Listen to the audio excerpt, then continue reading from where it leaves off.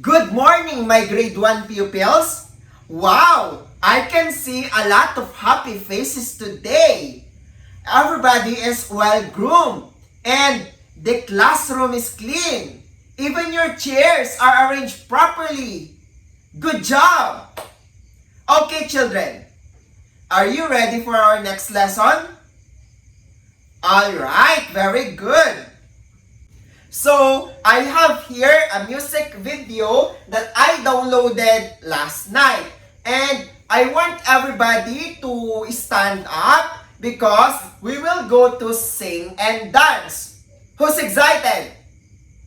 Alright, everyone is excited. So, the song that we will be singing is entitled Finger Family. Okay? So, are you familiar with this song? Alright, some of you know this song and some of you are not. So, do not worry about those who do not know the song because we have here again a music video that we can follow.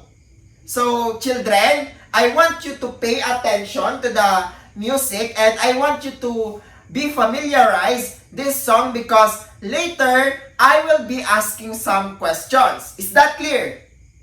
Good job! So, I will be now playing the song. And let us all sing and dance. Alright? Okay.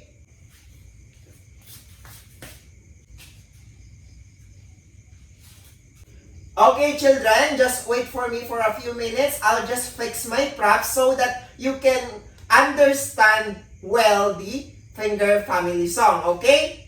Alright. Okay, so I am now ready. I will be now playing the song. Okay, get ready, children. I will be now playing the song. Okay, children, I will be now playing the song.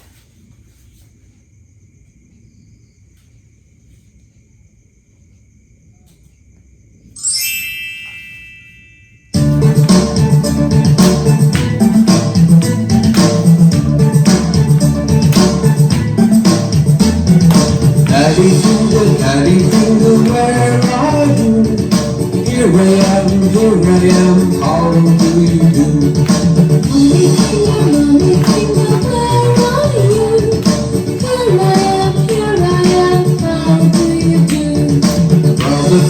Brother finger, where are you? Here I am, how do you do? Sister finger, where are you? Here I am, how do you do? Baby finger, where are you? Here I am, how do you do?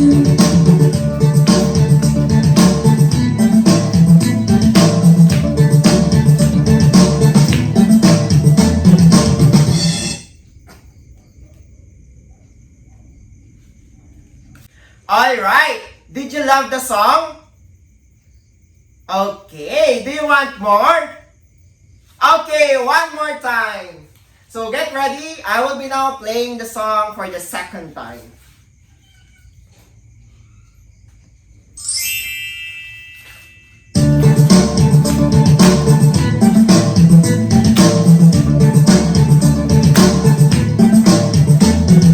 Daddy finger, where are you? Here I am, how do you do? Mommy finger, where are you? Here I am, how do you do? Brother finger, where are you? Here I am, how do you do? Sister finger, where are you? Here I am, how do you do? Baby finger, where are you? Here I am, how do you do?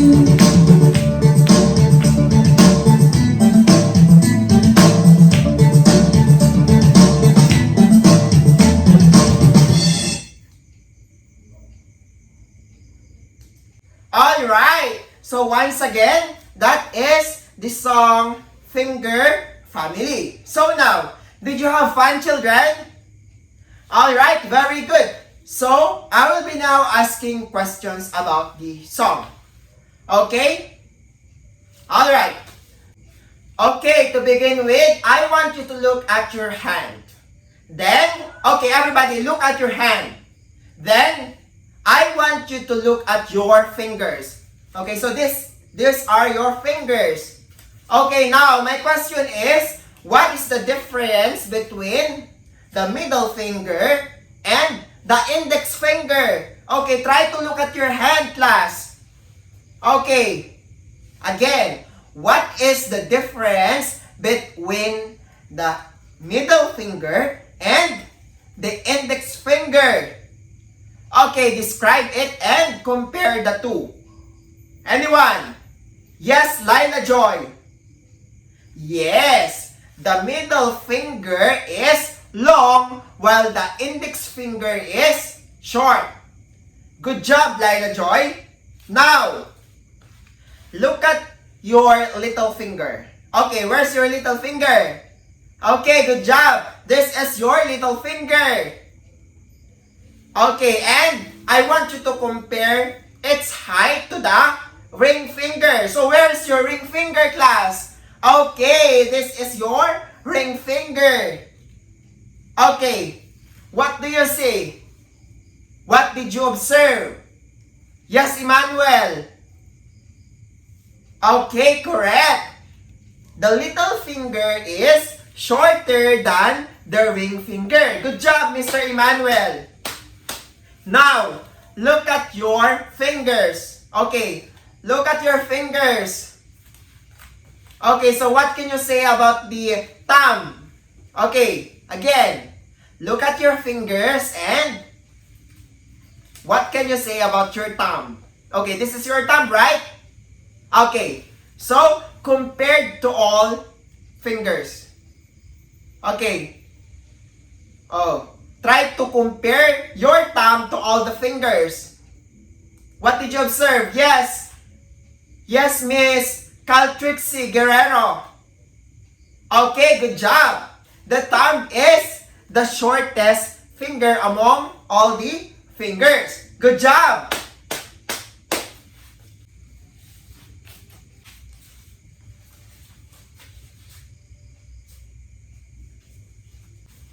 Okay, so wait for me. I'll just take off my props. Okay, children? Alright. Now, based on our short activity, what do you think is our lesson for today? Anyone? Yes, Miss Ivy Joy. Measuring objects.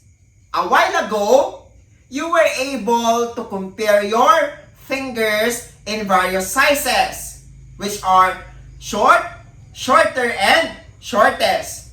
Therefore, what do you think is our lesson? Anyone? Yes, Miss Erica. Comparing? Comparing what? Anyone? Yes, Miss Lila Joy. Exactly! Good job, Miss Lila Joy. So our lesson for today is all about comparing objects using comparative words which are short, shorter, and shortest. Okay?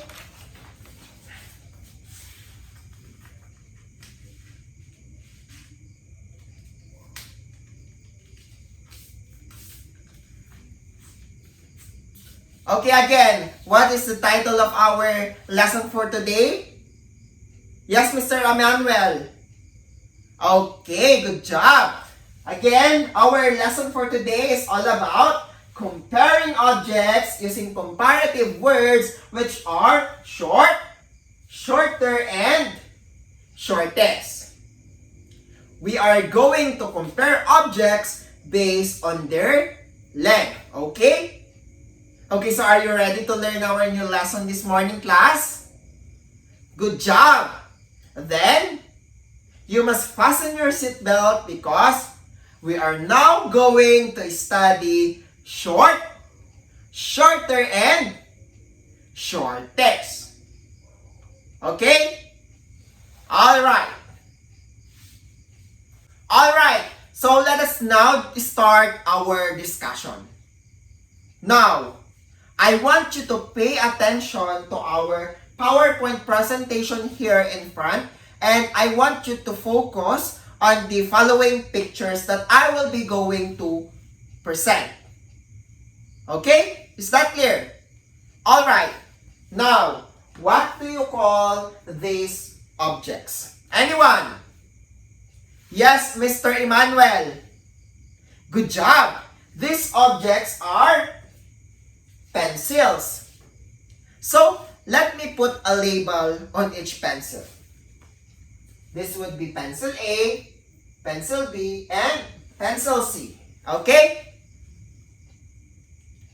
Now, do you notice that these pencils are not long or not tall objects? Very good. So, what do these pencils have in common? Anyone? Yes, Miss Lila. Yes. All these pencils are short in size. But, when you closely look at them, they differ from each other. Each of them is measured as short, shorter, and shortest. Okay, to begin with, we will measure which pencils are, again, short, shorter, and shortest. Now, this is the pencil A. Okay?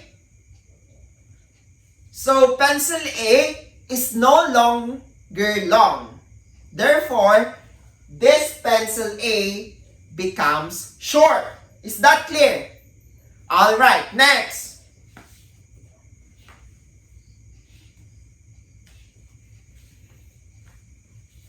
What if I put pencil B beside pencil A?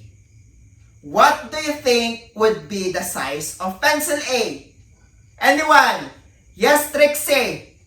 Good job. Pencil A becomes shorter because it has a lesser length compared to pencil B. And of course, pencil B becomes short. Okay? Here, pencil B will be automatically short. Okay? Is that clear? Alright, next.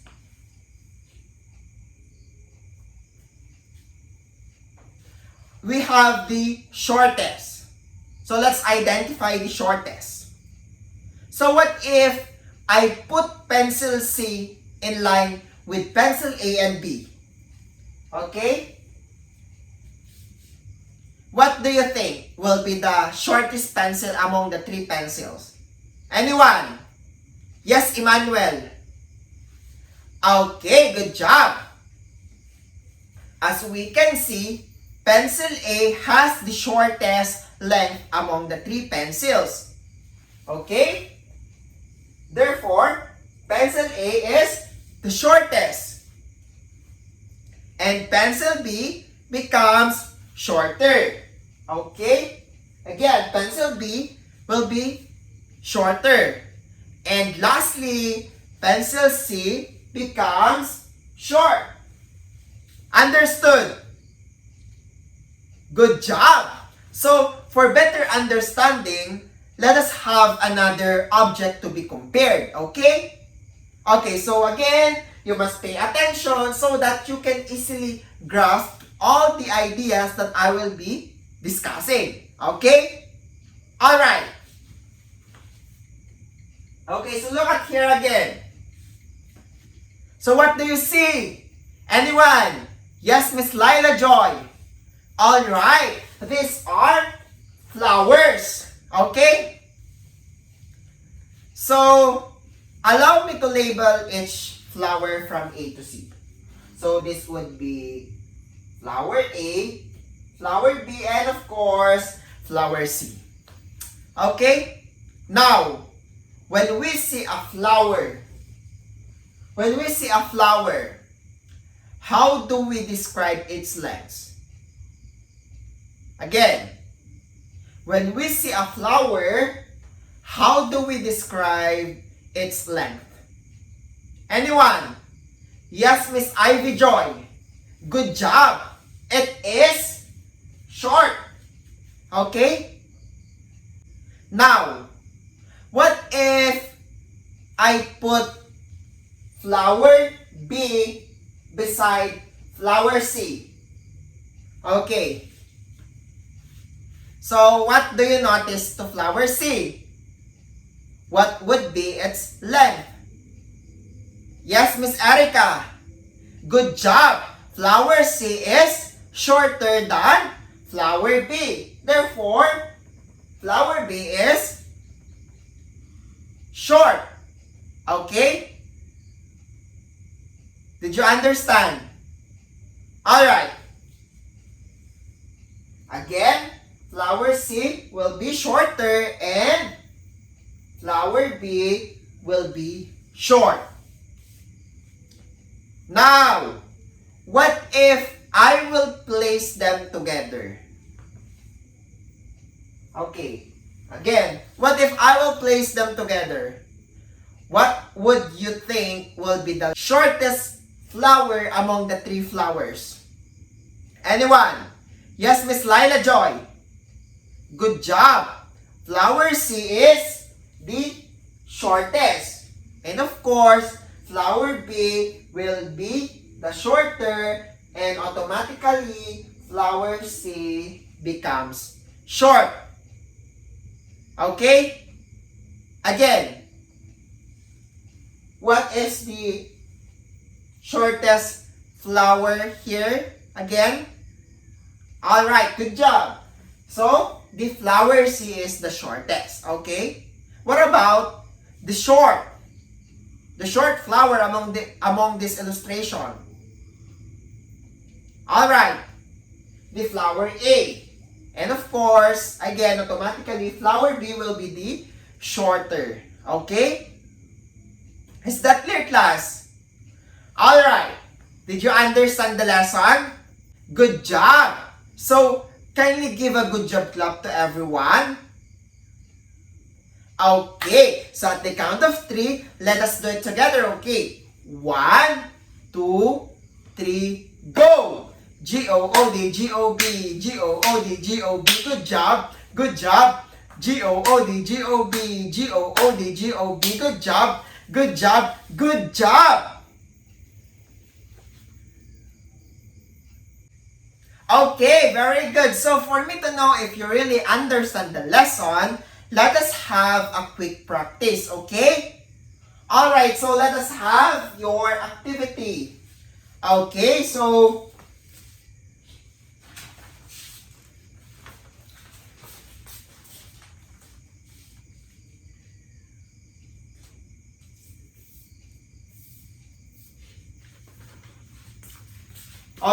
as you can see in front, there is a table chart. Okay? So I will be calling your names randomly and you will be going to arrange and paste the pictures here in front on the table. Okay? According to its correct length. If it is short, shorter, and shortest. Is that clear? Okay. Shall we start? Alright. So, I would like to call Miss De Leon.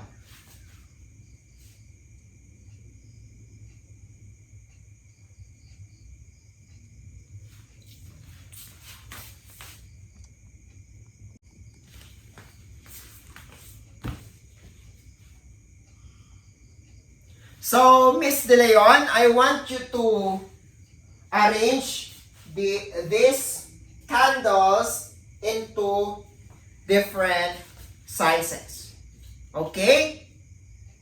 Okay. So come here in front and paste it into the correct length.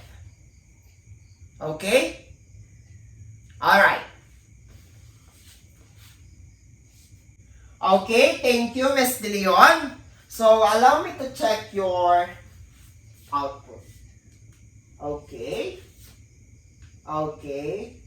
Alright, very good, Miss De Leon. Miss De Leon got the correct answer. Good job.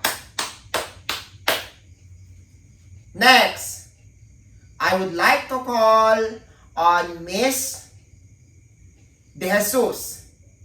Miss De Jesus, come here in front, and I would like you to arrange this following length of the hair of each girl. Okay? Again, Miss De Jesus, come in front and paste it to the correct length. Okay, thank you, Miss De Jesus. Okay, so allow me to check the output of Miss De Jesus. Okay. Okay. Okay. Okay, so Miss De Jesus again got the correct answer. Good job, Miss De Jesus. Next, and for the last object to be compared, I would like to call on Miss Pagatpatan. Okay, Miss Pagatpatan, come here in front, and I would like you to arrange the sizes or the size of these shoes in correct length. Okay? So, Miss Pagatpatan, come here in front and arrange these objects. Okay? Thank you, Miss Pagatpatan. So, again, allow me to check the work of Miss Pagatpatan.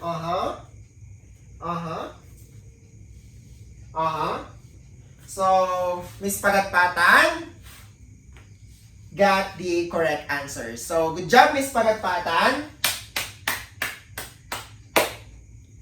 So, I think you understand the lesson well because you were able to arrange the following objects on its correct length.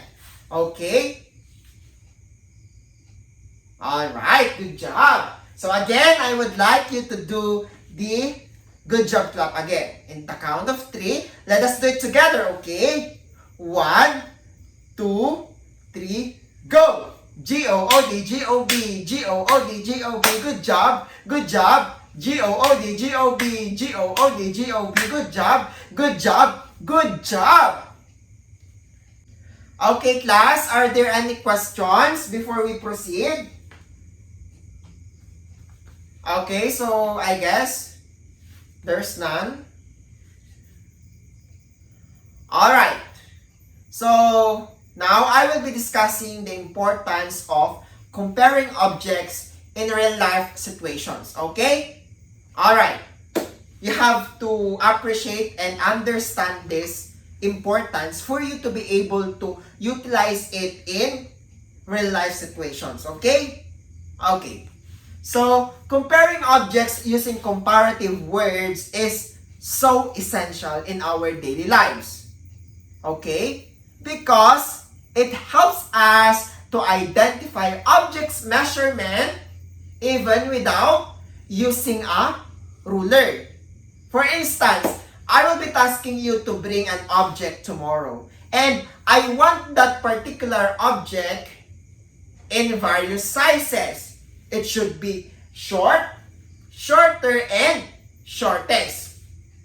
So, by knowing how to compare objects using comparative words, it would be easy for you to measure those things even without using a measuring tool, okay? Alright. Furthermore, if your mother plans to cook tortang talong for dinner, and she commands you to buy an eggplant at the sari-sari store, However, she only instructed you to not choose the shortest sizes. So, by knowing how to compare things using comparative words such as short, shorter, and shortest, you can easily buy the correct sizes of eggplant that your mother is referring to. And lastly, consider that you were at the mall and suddenly your mother wanted to buy a cup of ice cream. Then she said that you must buy the least size among the cups of ice cream. Therefore, upon knowing how to compare objects using comparative words, you can immediately decide what size of cups of ice cream to buy that would satisfy your mother's craving. Is that clear? Alright, good job! So I would like to commend everybody because you were able to answer all the questions that I asked to you. So again, class, let us all perform the good job clap. Okay? At the count of 3, let us do it together, okay? 1, 2, 3, go! G-O-O-D, G-O-B, G-O-O-D, G-O-B, good job, good job. G-O-O-D, G-O-B, G-O-O-D, G-O-B, good job, good job, good job. Alright, class. So, that is the end of the discussion. Thank you for your participation. So now, let us moving on to your performance task. You will be going to have your collaborative activity. Okay, is that clear? Alright. Okay, class, for your evaluation, as I mentioned earlier, you will be going to have your collaborative activity. Then, after that, you will be going to take your short quiz. Is that clear? Okay, so let us first perform your group activity. So, the activity is entitled, What's Inside the Box? Okay?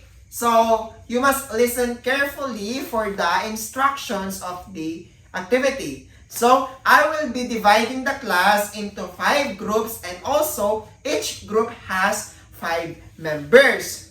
Is that clear? Alright, and you will going to assign 1 player for every set of the activity. And then, I will be calling 1 volunteer per group on every set of the game. And of course, each volunteer must identify the fruit or vegetable inside the box without looking at it. And once that object is being identified, then I will give a signal and the player for each group will draw the object at the back of the illustration board have distributed a while ago. And that particular object that is being identified, you will need to draw it into various sizes. Okay? Which are short, shorter, and shortest. Alright, so each player will only have 20 seconds to accomplish the task. Then the group who will first get the correct answer or output will have 2 points. And for the winning group, they will receive a star for being the most active group. Alright, do you have any questions? None? Okay, let us now start. So I would like to call on, from the group 1, I would like to call on Miss Lagunero. Please come here in front. So Miss Lagunero, kindly close your eyes so that I can put the fruits or vegetable inside the box so that you will have an objects to be identified. Okay? Alright. So, Miss Lagunero, just close your eyes. Okay, Miss Lagunero, open your eyes and try to figure out the objects inside the box without looking at it. Okay? Alright. So what is your guess, Miss Lagunero? Okay, very good. So the object is a banana. Alright. The first object is a banana. So now I will be going to give signal for you to draw this object into different sizes. Okay? At the count of 3, just draw it. Okay? 1, 2, 3. Go! Alright. So, the group 3 is the one who first showed their output. Therefore, they are the one who will receive 2 points. Okay, very good, group 3. Next, I would like to call on Mr. Emmanuel Mariano from the group 2. Okay, so Mr. Emmanuel Mariano, kindly first close your eyes as I put the second object inside the box. Okay, Mr. Mariano, you may now open your eyes. However, do not look at the objects inside the box. So just put your hands and just guess the object. Okay? Alright. Good job, Mr. Mariano. This is an apple. Okay, so at the count of 3, just draw it in different sizes. Okay? 1, 2, 3, go! Okay. Alright, good job, group 3 again. They will again receive 2 points. Okay, good job, group 3.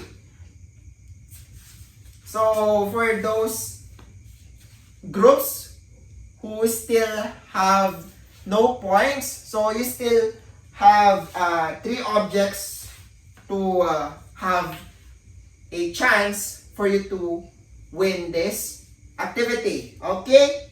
So, next I will be called on Miss Caltrix Guerrero from the group 3 to guess the object inside. Okay, Miss Caltrix Guerrero. Okay, so Miss Kyle Trixie, kindly first your eyes. Kindly close your eyes first, please. Okay, so I will be now putting the objects inside the box. Okay, so Miss Kyle Trixie, you may now guess the object inside the box without looking at it. Okay, any guess? Alright, very good. It is an orange. So, at the count of 3, just draw the orange fruit in different sizes. 1, 2, 3, go! Alright. Good job, group 5. They got the correct answer. Alright, they first got the correct answer. Therefore, they will be going to receive 2 points. Okay. Again, just to recap, group 3 has already have 4 points and group 5 has already have 2 points and the group 1 and 2 have no points. So, I would like to call on Miss Ivy Joy from the group 4 to identify the objects inside the box. Okay, Miss Ivy Joy, come here in front. Okay, so Miss Ivy Joy, close your eyes as I put the third object inside the box. Okay, Miss Ivy Joy, you may now start guessing the fourth object. Okay, very good, Miss Ivy Joy. The fourth object is an eggplant. So this is an eggplant. So at the count of 3, just throw an eggplant in different sizes, which are short, shorter, and shortest. 1, 2, 3, go! Alright, group 4 got the correct answer. Therefore, they will be going to receive a 2 points. Okay. Very good, group 4. Okay, for the last item or object, so I would like to call a volunteer from group 5, Miss Rufo. So come here in front and close your eyes as I put the last object inside the box. So yes, Miss Rufo, you may now open your eyes and guess the object without looking at it. Okay, any guess, Miss Rufo? Alright, very good, Miss Rufo. So the last object is a carrot. So now I will be giving signals 1, 2, 3. And after that, you will be going to draw carrot in different sizes. So 1, 2, 3, go! So draw carrot in different sizes. Okay. Alright, group 1 got the correct answers. Okay. Good job, group 1. Therefore, group 1 will receive 2 points. Alright. So, let me check the tally of the scores. The total scores from the different groups. Okay. It is obvious that the group 3 got the highest score. Therefore, they are the winner. The group 3 is the winner. Therefore, they will receive a big star from me. Okay. So, the group 3 will receive a big star for being the most active group among the other groups. Okay, group 3. This is your big star. Get it? Leader of group 3. Just get it. Okay, thank you. Alright, again, I would like to congratulate the group 3 for doing a great job in our collaborative activity because they work as a team. That's why they win the game. So, class, kindly perform the good job clap again for our winning group for today. Alright, so at the count of 3, let's do it together, okay? Alright, 1, 2, 3, go! G-O-O-D, G-O-B, G-O-O-D, G-O-B, good job, good job. G-O-O-D, G-O-B, G-O-O-D, G-O-B, good job, good job, good job. Alright, class. So now, since you already done with your teamwork activity, we are now going to proceed to your quiz. Okay, so it's quiz time, class. Alright, so you have to pay attention here because I will be now presenting your quiz number 5 in Mathematics 1. Okay, so this is your quiz class. Okay.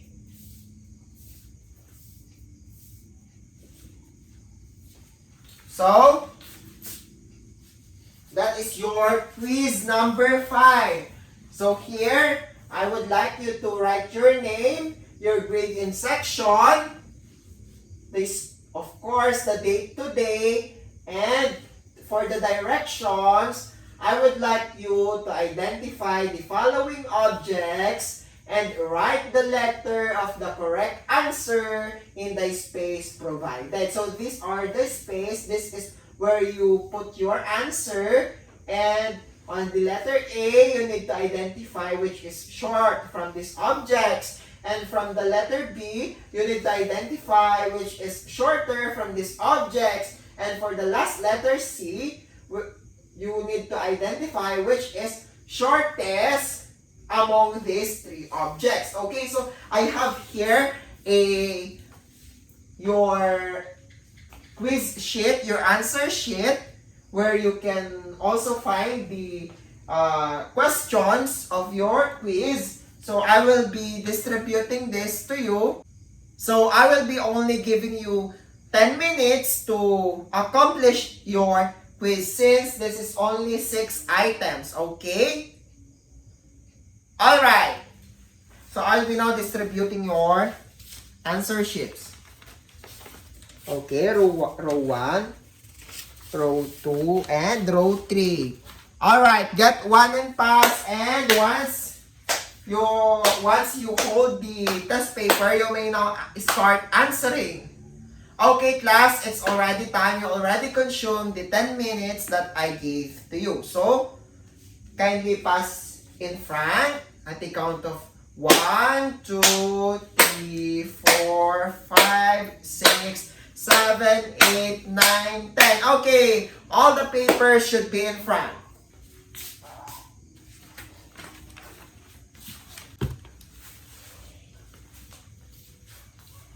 Okay, class.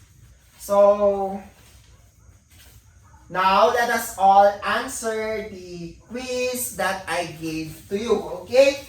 So, for the letter A, first part, which is short. So, what do you think is the short object among these 3 flowers? Okay. Very good. The short is letter C. Therefore, you need to write it here in the blank, letter C. And what about here in number 2, which is short? Okay, very good. Letter B. Next, for the letter B category, what do you think is the shorter rather? Alright, very good. The letter B. This is the shorter. And for the number 4, what do you think is the shorter from these pencils? Okay, very good. Letter C. How about on the last category, letter C, which is shortest among the 3 objects? Is it a building, a cactus, or a tree? Alright, a cactus. The cactus is the shortest. Letter B. What about for the last item, which is short among these 3 animals? Is it a dog? Is it a giraffe? Is it a horse? Alright, very good. It is the dog. Letter A is the shortest.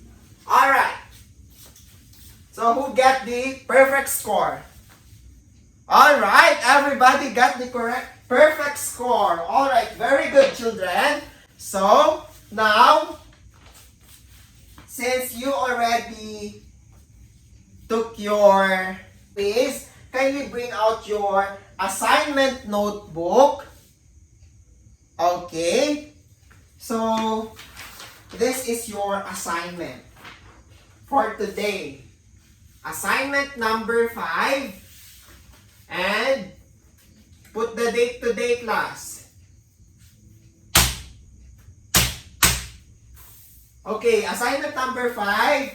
Put the date today, December 19, 2021, and copy the statements. Letter A, it is the enrichment of the lesson. So I would like you to draw at least 3 objects found in your home and compare them using the words short, shorter, and shortest. Okay? And for your advanced reading, I would like you to read about measuring length using the word long, longer, and longest. Since we are already done with the comparative words short, shorter, and shortest, tomorrow we will going to discuss long, longer, and longest in comparing objects. Okay?